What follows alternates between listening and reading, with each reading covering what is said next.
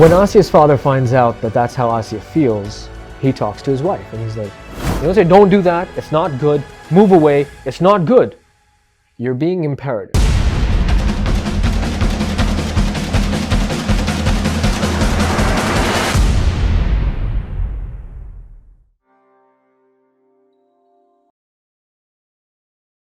A'udhu billahi minash shaitanir rajeem. Bismillahir rahmanir rahim. Assalamu alaikum wa rahmatullahi wa barakatuh. Dear viewers to the show, think about it. As we always say, that if you like the content of this show, you think that you're getting something to, of course, think about, then please do remember to hit the subscribe button. If you do have any topics in your mind, things that you think that we can do research on and present to you, and hopefully give other people different perspectives to look at, then please do leave a comment below. Let us know what you would like to hear more of.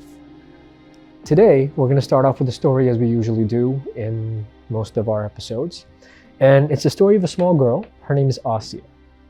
She is in grade 2. So this story takes place when her father goes to pick her up from school. So as her father picks her up from school, they get into the car and the dad is driving and Asia is sitting down with the father, back seat in the car seat. As they're driving, Asia decides to share how school was. Of course, the father asked, how was school today? What did you do today? And so Asia starts talking about how her school was. She talked about her friend. She talked about how her friend said something that wasn't good, and then said something that was good, and then said something that was weird, and then she didn't like what she said, but then she liked what she said, so on and so forth. It kept going on and on and on, as children usually do like to express themselves. Throughout this time, Asia's dad, driving the car, is looking back and saying, uh-huh, oh, okay, Throughout this journey in this car, this is how the father keeps responding to Asia's comments, her story, her narration of how her day went.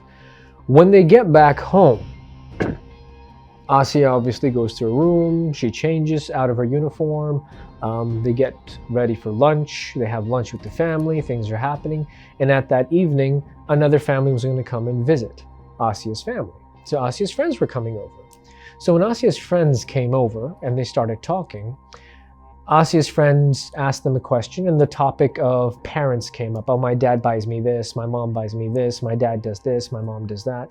And Asia makes one remark that make her father's ears stand up. And that is, my dad doesn't listen to me. My dad doesn't listen to me. What's the takeaway from this story? I haven't finished the story yet, but what's the takeaway so far from what we've heard? What happens is that as adults, when we have children who talk to us, for some reason, some filter in our mind or some subconscious feeling that many adults have, not all, but many have, is that they like to get by with what children are saying. They acknowledge, yeah, okay, oh, good, so nice, but they're not really paying attention to the content of what children are saying at times. So this episode goes out to kids, children, and adults. And if you're a child and you're watching this, this is for you. If you're an adult and you're watching this, this is something to introspect about. Because I myself have been a culprit in this, and then you try to better yourself and you see something else. So when this happens, what ends up happening is that Asia feels unheard. When you feel unheard, there's not much you want to talk about anymore. In fact, there's not much you want to listen to from other people anymore either. It's a two-way street, right? That's what communication is. So today's show is about the art of listening. Listening, before I go any further, is not just a skill. It should be and is a value. Whether you want to put it as a family value, whether you want to put it as a characteristic value, or whether you want to just put it as a human value. It is a valuable asset. And if not practiced, then it has detrimental effects. That means it has very bad effects, very bad outcomes, very bad reactions. So, when Asia's father finds out that that's how Asia feels, he talks to his wife and he's like, Asia said that she thinks I don't hear her. but I'm listening to her the whole time. And so Asia's mother looks at Asia's father and says, listening is not what you think it is. It's not a response. It's not a reactive response like, okay. It's looking at the content, paying attention to the content, and actually using the content to talk back. So Asia's father tries this later on. He goes on a day, picks Asia up from school. She's in the car. He turns back and he says, how was school today? What did you do today? And Asia says, yeah, I played with some of my friends, and then, my friend Maheen and my friend Samra, they had a fight today. So instead of saying, his father says, a fight about what? Why would they fight? And then so Asia looks at him like, they had a fight because Maheen had a purple pencil and she had a pink one, and they didn't like that. So Maheen's father's like, why would they have a problem with the color of the pencils? So all of a sudden, Maheen's father starts taking the content of the information and responding back. That's what actual listening is. Because then, whoever you are, whenever you speak, you feel validated. Right now, I'm talking. I'm trying to share a perspective, a point of view. Now, of course, if you're not really listening to this, if it's just for the sake of, okay, fine, there's a show on TV, we're listening to it. Okay, yeah, it's interesting. It's this and that. But if you're not looking at the content of the show, then what's the point? If you don't have something to talk about, what's the point? As human beings, when we go to work and we try to share a proposal or we try to talk about something that we did, and if people who are listening to us say, yeah, good, yeah, we don't feel validated. So why are we using the same formula on children when we know that we don't feel validated? What ends up happening is that when you pay attention to the content and details of what a child says, or of what anyone says, but over here we're focused on children, they will pay attention to the content that's coming out of your mouth and the details of what you say. And that's the truth. So if parents take the time out to listen to their children, listen to what they're trying to say, ask them questions based on what they say, then your children feel like they're heard. You don't be imperative. Imperative means telling people what to do. You go into a room and you see that your son and your daughter are screaming or fighting or pulling each other or pushing each other. You don't say, don't do that, it's not good, move away, it's not good. You're being imperative. The first thing you do is when you walk in, you're like, what's happening here? Ask a question to get something back. Ask something to get and be interrogative. Of course, sometimes interrogation can be of a sort where your emotions are at a hike. So what's going on here? And you're becoming angry with it. Sometimes you could walk in and like, hey guys, what's going on here? Why are you pushing each other? And then they'll start telling you reasons. Listen to them. Listen to the reasons. And based off of the reasons, give them answers. So when this started happening, all of a sudden, Asia's dad saw a huge change in the relationship between him and his daughter. Later on in life, when Asia grew a bit older, she would be more comfortable going to her father and sharing things with her father, her feelings, what she thought about things, her opinions, how her day went, because she felt like she was heard.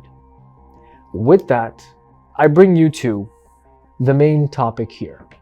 Well, we've already talked about the topic of listening, but the main emphasis over here, and that's to fathers, husbands, boys, men. See, when we talk about nature and nurture and all these things, we know that women are more verbose in nature. They do talk because they have more to talk about. Men might not be as verbose as women. And this isn't an implication to all. These are statistics and research and different things that come forward, that women find it generally more easy to put feelings to words than men do. And this is a statistic that has been, this is a research that has been playing about since the 1960s up until 2021, I think, which is this year. So in the beginning of this year. And by, University of Toronto, University of Chicago, University of Harvard, universities in Europe and, within the Asian continent as well. So basically, what you see is that sometimes people are able to put their emotions into words.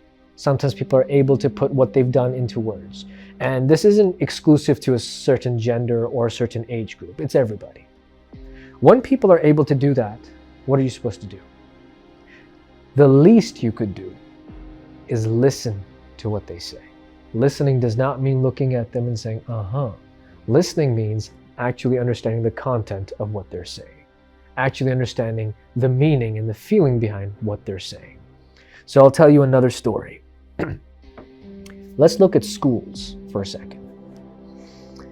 Now, there's a young boy and he's going into kindergarten.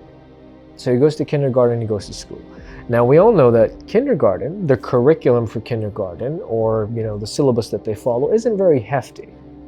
There's coloring, there's motor skills, so learning how to hold a pen, writing some numbers, writing some letters, maybe spelling out your own name, putting 2-letter words together, 3-letter words together, just to give you that bit of running, so that when you go into higher grades, you can actually read, write, and know what to do. And it has a lot of following instructions as well. You have circle time, you have story time, you watch cartoons at times as well. There's nap time too. There's snack time. Maybe there's not 1 but 2 or 3 different snack times. There's time to go out and play. And many schools, especially in Canada, when it comes to kindergarten, there are usually 2 teachers, maybe a teacher, a teacher's assistant, maybe even multiple teachers who change shifts and take breaks and go around, which is all fine and well. So at school, this young boy, his name is Adam. He's going to the school. Adam sits down for snack time and he takes his food and he throws it towards another student's plate. Now the teacher comes and runs in, and the teacher looks at Adam and says, "You're not supposed to throw your food. Throwing your food is very bad. What you did is very bad. Pick up your food, put it back in your plate, or if it's dirty, throw it in the bin. You can't do this." With this, instead of Adam following the instructions, the imperativeness of the teacher, Adam has a fit. Adam says, "No." And Adam says, "No, I don't like you." And Adam looks at the teacher and says, "I don't like you." When this happens, the teacher gets further frustrated. The teacher says that, "What? Adam, you have to listen. You have to listen. If you don't listen, then what are you going to do? If you don't listen, you're going to be a bad boy." And then Adam's like, "No, but this is not good." And the situation doesn't really end very well. Adam has a fit, maybe. Adam screams a little bit. Adam shouts a little bit. Some people would say meltdown. Some people would say out of control. Some people would say that his mood wasn't good. But at the end of the day, Adam didn't follow the instructions, and Adam threw the food. Now, looking at the story, from a neutral perspective, you'd say that something's wrong. The teacher told the kid to pick up the food. It's fine. Adam is being a bit spoiled. Adam is not listening. That's what a lot of people would think. If you have this thought, I have to tell you that it's sad to have that thought. I'm going to be blunt. You're not supposed to have that type of a thought. A child is said to be naive. A child is said to be innocent. A child is said to be very blunt and forward. Maybe even shy at times. Maybe even embarrassed at times. A child will not express themselves the same way adults do. And a child will not take to instructions the same way that adults do. Remember that. What is the biggest question that children ask? What's the most common question that children ask whenever you give them any piece of information? According to statistics from the 1800s. This is medieval Europe. Even before that, crusades were happening. Na'udhu billah. People were having Game of Thrones. Kingdoms were fighting each other. What is the research telling you? The most common question and the most asked questions that children ask is why. "Oh son, this is a very good game. Oh son, this is a very good car." Why? "Oh son, let's sit down and have breakfast together." Why? "Oh son, if you eat broccoli with your breakfast and vegetables, it's good for you." Why? Why is the question. Why do they ask why? Because children need a rationale. They need a reason that makes sense for them to move forward, for them to progress forward. So in this case, what Adam did might not be good. What he did is not justifiable. He should not throw his food, correct. But is the right way to take care of it or to communicate with it to be imperative or to be interrogative? Interrogative would be you ask Adam a question. You ask him, "Adam, why did you throw your food?" Adam might have responded with, "I don't like my food. I don't like it. It's not good. They want food. They don't have food." Okay. Well, Adam, when you throw something, it can hurt someone. It can hit someone. And if it hurts someone, they get an ouchie. When you're talking to a kid, you say ouchie, or they get, hurt. Do you want to hurt other people? You ask rational questions. You ask questions which make the child understand emotion. And once you've done that, then you tell the child, could you please pick up the food that you threw? And please don't do this again. Now, these are the instructions, and this is the way to cater to children. You listen as well. You can't always be imperative. Because if you look at a child and you say, you have to listen to me, you have to do this, but you don't model behavior that would make them understand, guess what? Children are not going to listen to you. And that is where the generation gap comes in too. We talked about generation gap many times. There are various factors which cause generation gaps. There are various factors which cause miscommunication. There are various factors which cause an unease of a relationship between whether it be a teacher, a child, a parent, a child, grandparents, children, adults, and young people. With that, we're going to explain it a little bit more. We're going to talk about it a little bit more after the break. So stay tuned and think about it. आपकी रिहाइश ऐसी हो जहां जिंदगी की सहूलत मयसर हो, जो आपको बुलंदियों पर ले जाए, तो मिलिए रियल एस्टेट मार्केट के experienced real estate professional Amit Oberoi से। GTA में रियल एस्टेट मार्केट के हर अंदाज से वाकिफ। आपको घर खरीदना हो, बेचना हो या करना हो मुनाफे का इन्वेस्टमेंट, मेरे तजुर्बे से आज ही फायदा उठाएं। आज ही कॉल करें Amit Oberoi 647-291-8102। Amit Oberoi, beautiful homes you can afford. Zoc. Now it's fully renovated. Live catering, barbecue, tandoor, जलेबियाँ और फ्रेश नान। तकरीब आपके घर में हो या घर से बाहर, Zoc is providing full service now, and Zoc has opened a new banquet hall, garden event center. आपका Zoc देखकर लोग कहेंगे, क्या Zoc है आपका? Call right now 905-625-7786. Zoc वालों के लिए। डिक्सी इलेक्ट्रॉनिक्स और अप्लायंसेस पिछले 16 सालों से खरीदारों की खिदमत कर रहे हैं। हम लगातार 4 सालों से खरीदारों की पहली पसंद बने रहने का अवार्ड हासिल कर चुके हैं। हम किचनर्स, बॉश, वर्लपूल, LG, सैमसंग और जनरल इलेक्ट्रिक के ऑथराइज्ड डीलर हैं। 5 स्टार खिदमत का लुत्फ लें। हम आप सभी को टीवी सबसे ज्यादा रियायती दामों पर देने की गारंटी देते हैं। www.dixieelectronics.ca हमारी वेबसाइट पर जाएं या अभी कॉल करें 905-625-5900। सभी बहुत ही मुनासिब कीमत पर दस्तयाब हैं, जो आप बाआसानी से ले सकते हैं।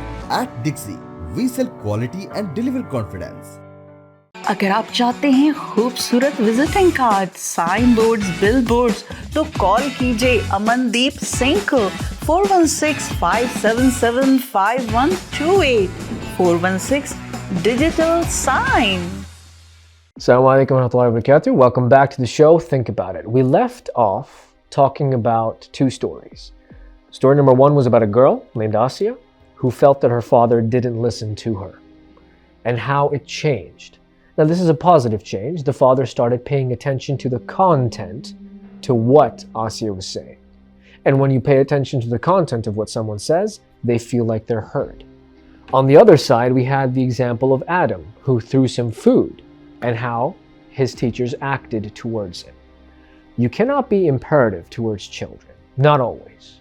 It's not right, and it leaves a scar. It makes them feel unheard. Because after the story of Adam throwing food and his teacher saying, pick it up, do this, do that, you can't do this, you're going to be a bad boy, and Adam looks at the teacher and says, I don't like you, no. When Adam's parents come to school to pick Adam up, the teachers say that he had a rough day today. He had a meltdown. And he wasn't listening to instructions. He was throwing food here and there. And he was telling his teachers that I don't like you. Now, as a parent, and especially if I was Adam's parent, I would feel very weird. My emotions would be going up and down. Why did this happen? Well, what do you mean? He said, I don't like you. He threw his food. I could either say, Adam, you're not supposed to do that, say sorry to the teacher right now. In this entire case and scenario, when Adam's going home, Adam's mom asks Adam, why did you throw the food? And Adam says, I don't like chicken nuggets. Okay, so now you understand that the food, the lunch that his mother packed for him, his father packed for him, he didn't like. And then the mother says, but Adam, why did you tell the teacher I don't like you? And Adam says, the teacher doesn't listen to me. That's very powerful.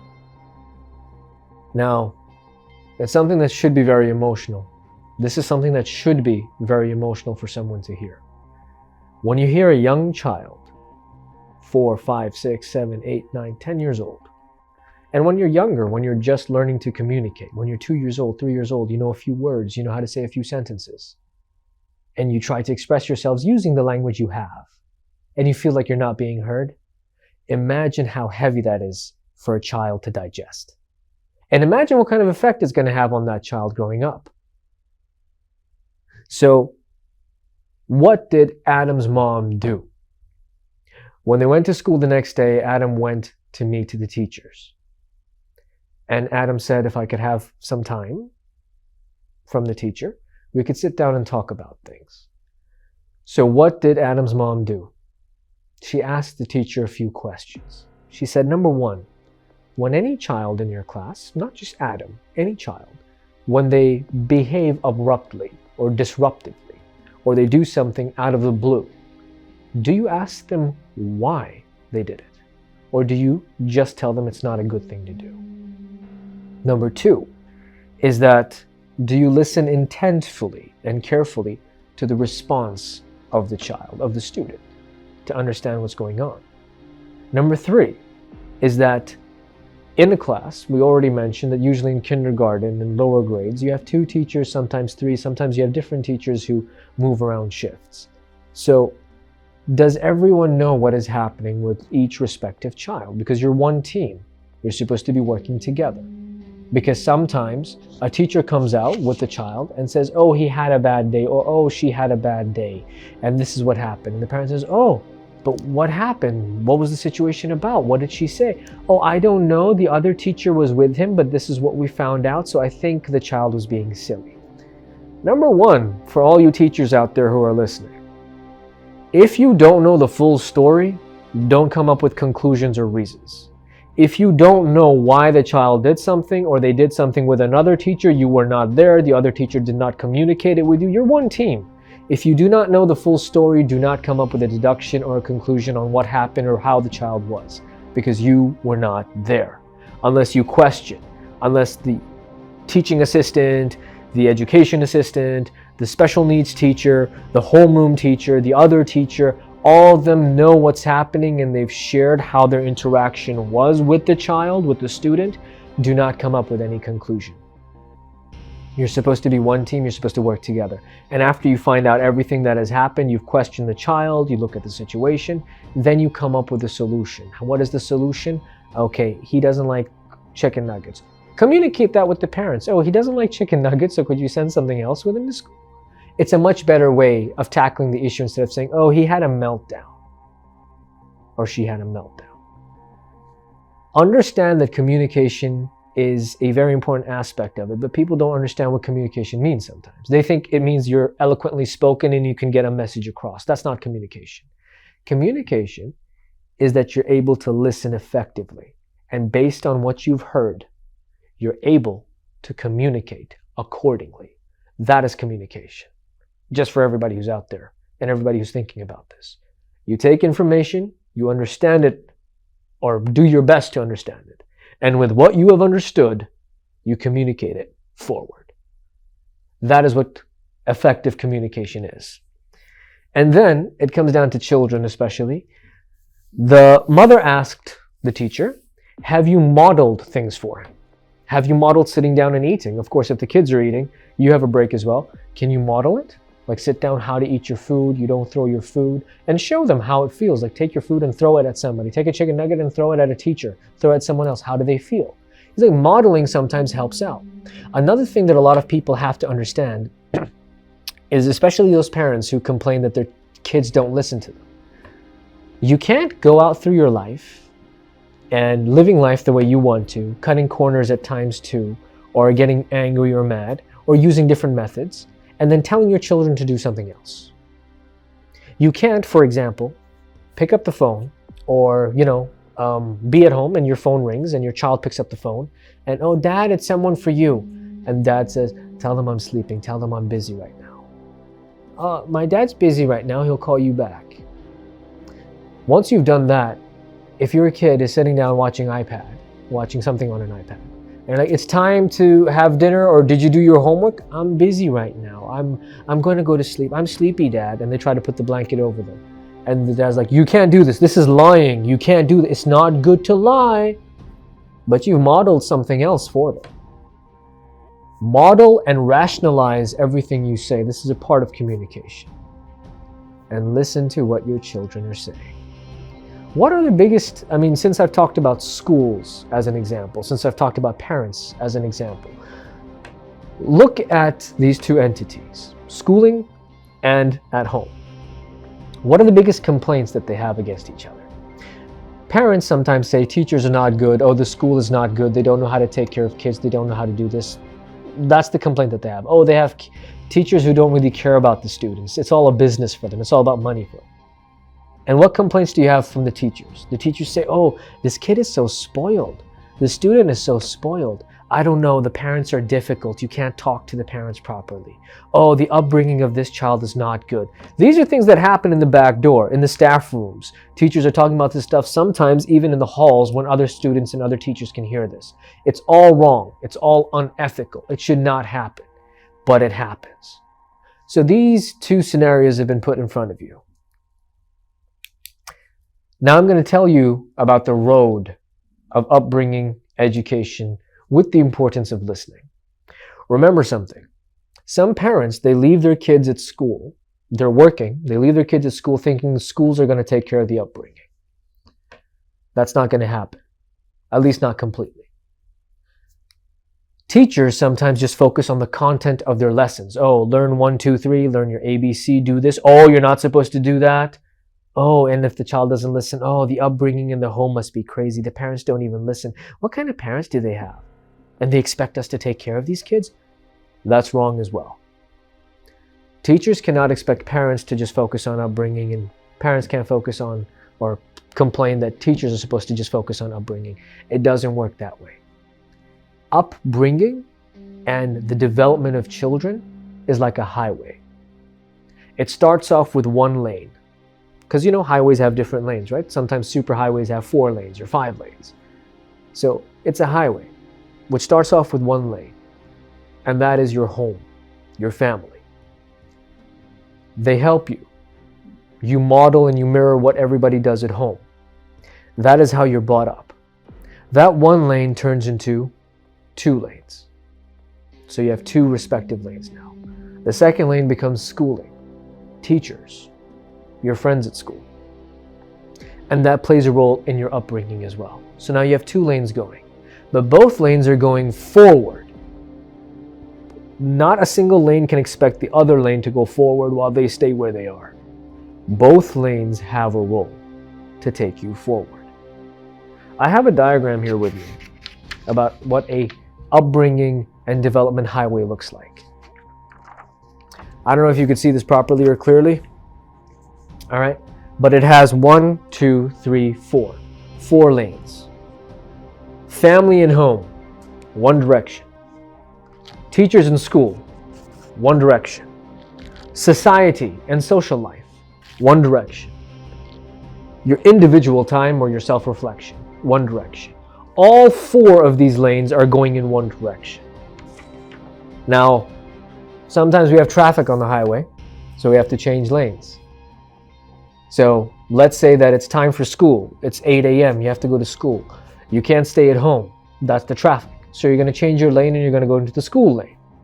And you're going to continue to progress and develop at school. Let's say you're going in the school lane. School ends at 3 o'clock, 2 o'clock, whenever the school ends. When the school comes to an end, that's a traffic jam. That's the roadblock. You change your lane back. You can change it to the family lane. Or you could go it to the social lane. Maybe you're going to go to the park. These are different lanes of life, and each lane is in charge of upbringing, whichever way it's done. People talk about education system. Oh, the Canadian education system is one of the best in the world. If you go to Canada, you have the best education ever. That means all the best and brightest minds of the world should be from Canada, right? Because it has the best education system in the world. But wait a second, what about those people in Germany who are breaking barriers? What about Elon Musk, who's originally from South Africa? What about Nelson Mandela, who was South African, who fought with the apartheid? What about Martin Luther King, who was American? What about Al-Khwarizmi, who was the father of mathematics? Was he from Canada? And I'm just giving you this as an example. Look, my advice, off of the experience that I've had of living in different countries and now living in Canada, of being an educator and working in different educational capacities. Educational systems are ranked 1, 2, 3, 4 based on a criteria which is man-made. How do students develop? How do children develop? They don't need a teacher who knows everything. They need a teacher who builds a rapport with them, builds an understanding with them, who listens to them and responds to them accordingly. You have a teacher who's able to listen and respond accordingly, the students like that teacher. Similarly at home, parents and their children. If parents are able to give time to their children by listening to them and understanding the content of what they're saying and responding accordingly, trying to help their children, parents and children have a good relationship. Socially, individually, all these other lanes of life, all these other lanes in this highway of upbringing. Every single element plays a role in upbringing, in development, in behavior, and so on and so forth. What we need to understand is that it's important for us as human beings to listen. Not listen for or for the sake of letting someone finish, but listen for the sake of understanding someone's content and detail.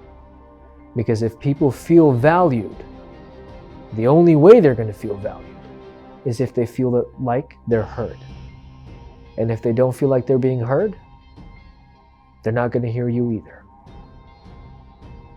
Think about it. Take care. Inshallah, see you in the next program. Assalamu alaikum wa rahmatullahi wa barakatuh.